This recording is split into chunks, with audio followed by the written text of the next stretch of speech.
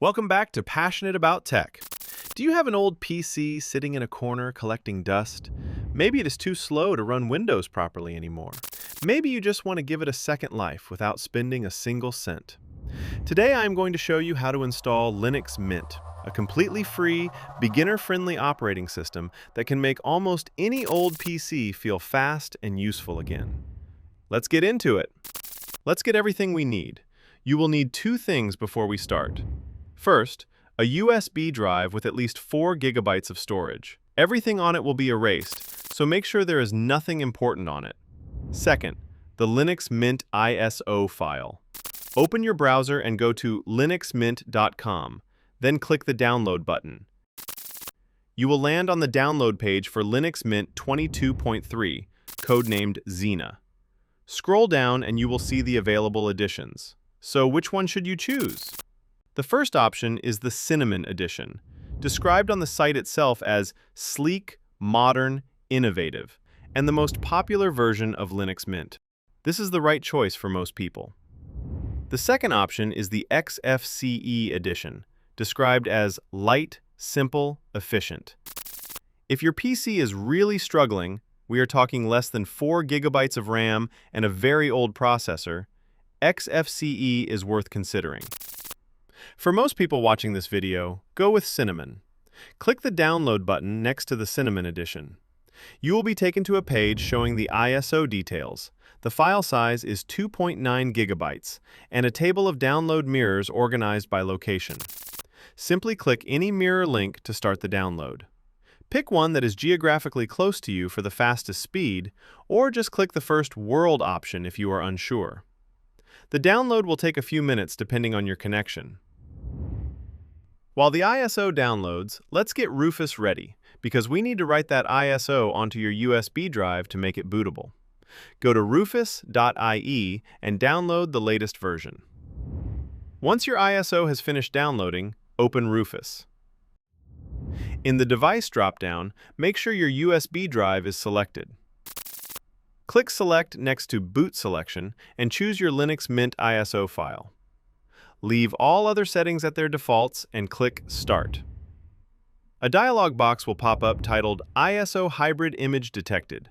Leave it on Write in ISO Image Mode, recommended, which is already selected by default, and click OK. Right after that, you may see another dialog titled Download Required. Do not be alarmed. This simply means the Linux Mint image uses a slightly different version of Grub than what Rufus currently has. Rufus is offering to download the correct matching version automatically. Just click Yes to let Rufus connect to the internet and download the right file. This only takes a few seconds. Rufus will then warn you that all data on the USB drive will be erased. Click OK to confirm. The process takes about 5 to 10 minutes. Once Rufus shows Ready at the bottom, your bootable Linux Mint USB is ready. Now let's boot from the USB.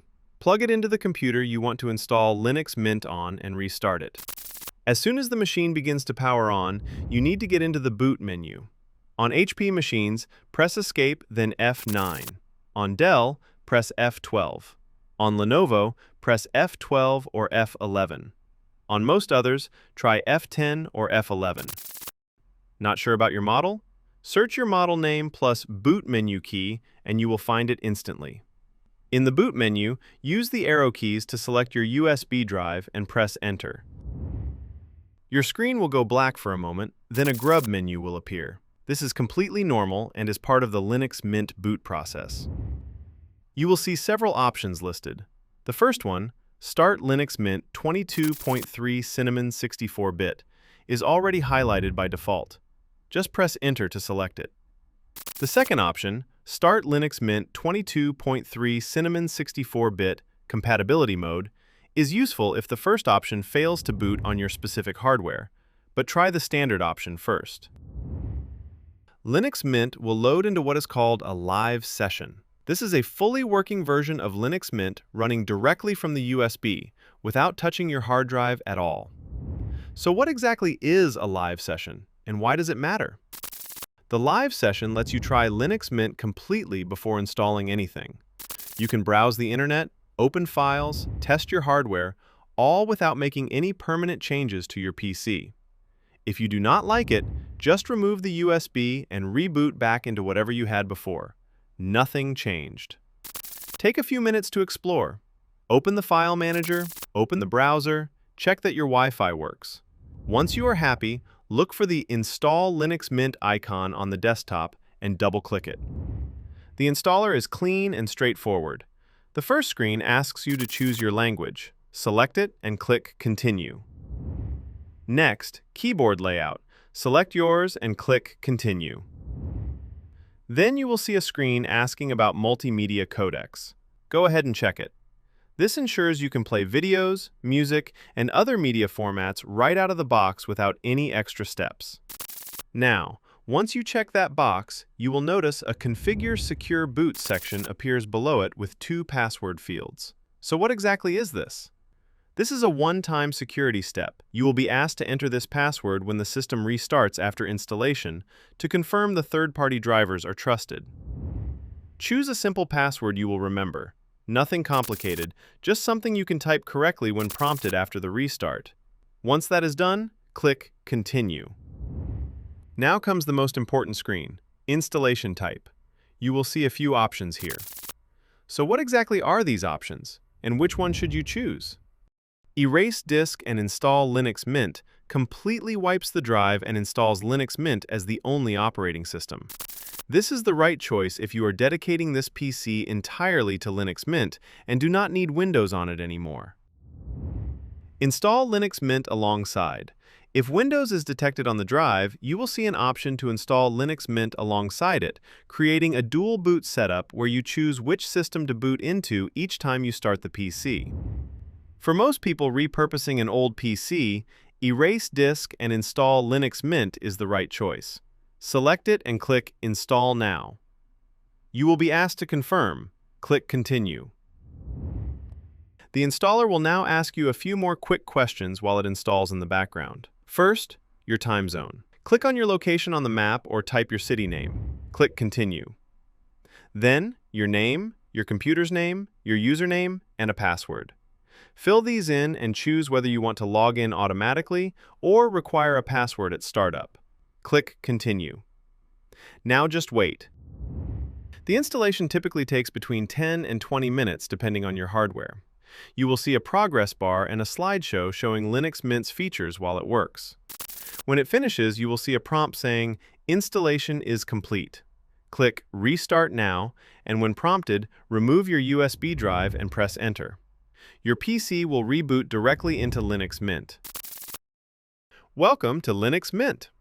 The first time it boots, you will be greeted by the Welcome screen, a helpful starting point that walks you through some initial setup steps. The most important first step is to open the Update Manager. You will find it in the taskbar or by searching in the Start menu. Run the available updates right away. This brings your system fully up to date with the latest security patches and software improvements. On a fresh install, there may be a significant number of updates. Just click Install Updates and let it run. Next, explore the Software Manager. This is Linux Mint's App Store, and it contains thousands of free applications. Looking for a web browser?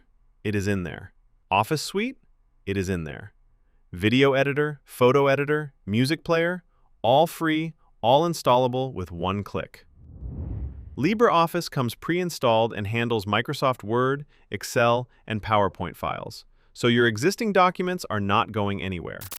Firefox comes pre-installed for browsing. You have a fully functional computer right out of the box.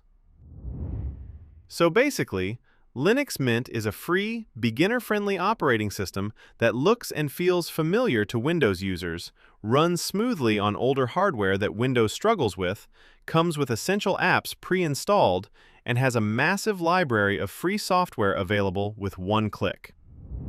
If you found this video helpful, do me a huge favor. Hit that like button and subscribe to Passionate About Tech for more tips like this one.